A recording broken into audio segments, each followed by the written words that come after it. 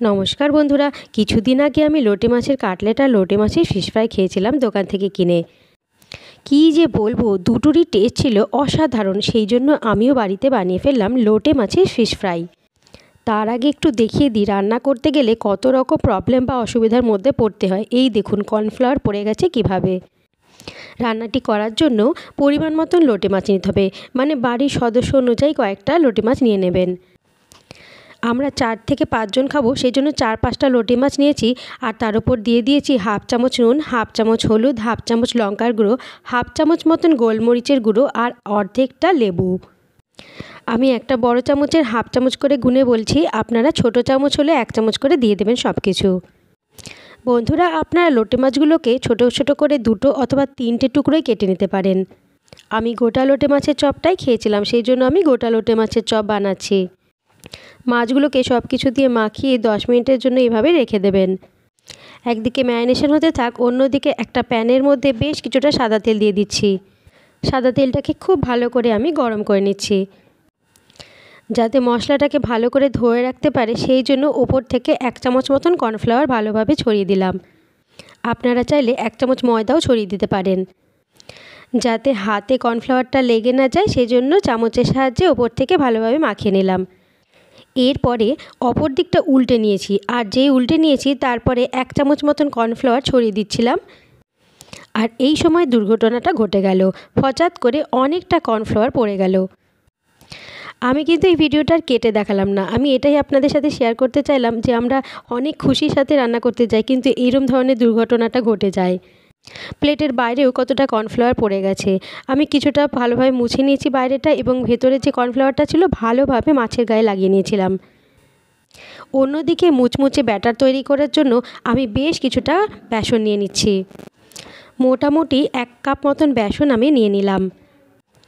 এর মধ্যে 1 চুটকি খাওয়ার সোডা মিশিয়ে দিতে হবে, আর হাফ চামচ মতন হলুদ মিশিয়ে নিয়েছি। হাফ চামচ মতো নুনও মিশিয়ে নিয়েছি। তারপরে অল্প অল্প জল দিয়ে ভালো করে একটা গাঢ় মিশ্রণ তৈরি করে নিয়েছি।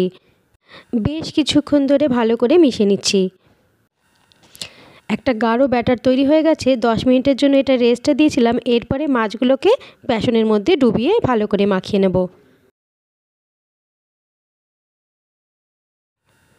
অন্যদিকে গরম গরম তেলের মধ্যে মাছগুলোকে আমি এরপরে ছেড়ে দিলাম।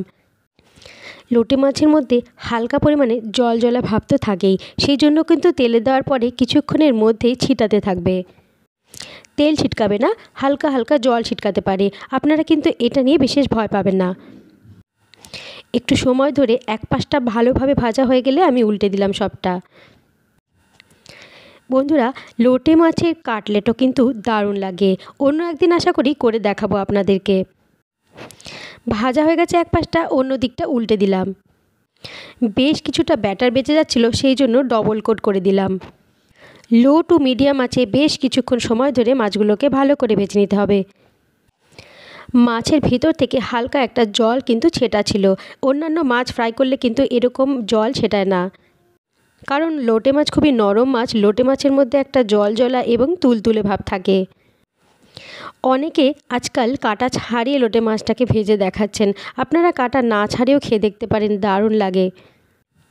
চোখের জন্য উপকারী এই মাছের ফিশ ফ্রাই কিন্তু অসাধারণ টেস্টি। আপনারা অবশ্যই বাড়িতে বানিয়ে খাবেন। আমি বেশ কিছুক্ষণ ধরে এক পাশটা ক্রিস্পি হওয়ার জন্য রেখে দিয়েছিলাম। ভালোভাবে ভাজা হলে অন্য পাশটা ভেজে নেব।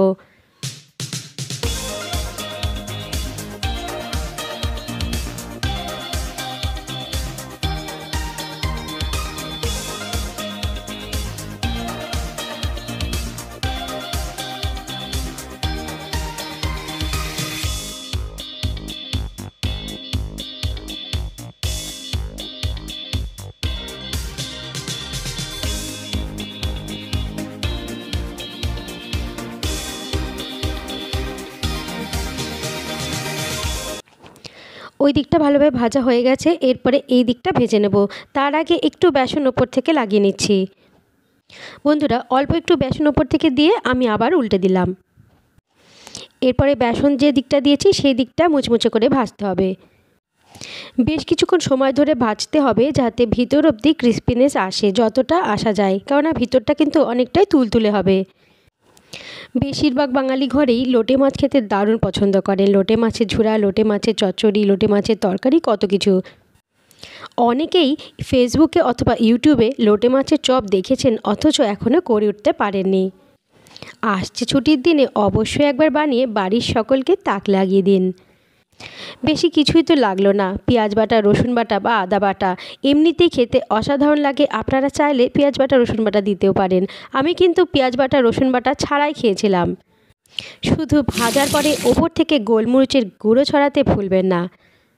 চাইলে অবশ্যই শসা, পেঁয়াজ, টমেটো এই রকম স্যালাডের সাথে পরিবেশন করতে পারেন। আমি একটু লেবু, কাঁচা লঙ্কা আর সসের সাথে পরিবেশন করে দেখাচ্ছি। সন্ধ্যাবেলার আড্ডা জমাতে এই ধরনের ফিশ ফ্রাই যদি বানানো যায় তাহলে তো বাড়িতে সব কিছু জমে যায়। খুব কম সময়ের মধ্যে তৈরি হয়ে গেল মুচমুচে লোটে মাছের চপ বা মুচমুচে লোটে মাছের ফিশ ফ্রাই।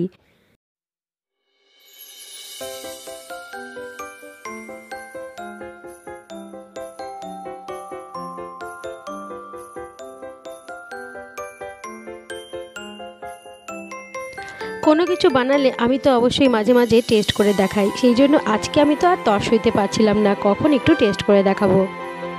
গরম গরম সবাইকে পরিবেশন করার পরেই কিন্তু আমি আপনাদের সামনে এটা নিয়ে এসেছি। আমি আর ওয়েট করতে পারছিলাম না, কখন যে একটুখানি টেস্ট করব। উফ, কি দারুণ লাগছিল দেখতে, এবং খেয়ে দেখলাম অসাধারণ হয়েছে।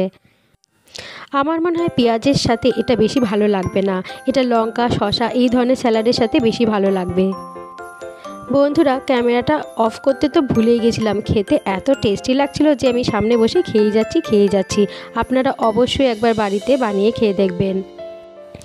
আশা করি ভিডিওটা আপনাদের সকলের ভালো লাগলো। সকলেই সুস্থ থাকবেন, ভালো থাকবেন। আমার সাথে আর পাশে থাকার জন্য সকলকে ধন্যবাদ।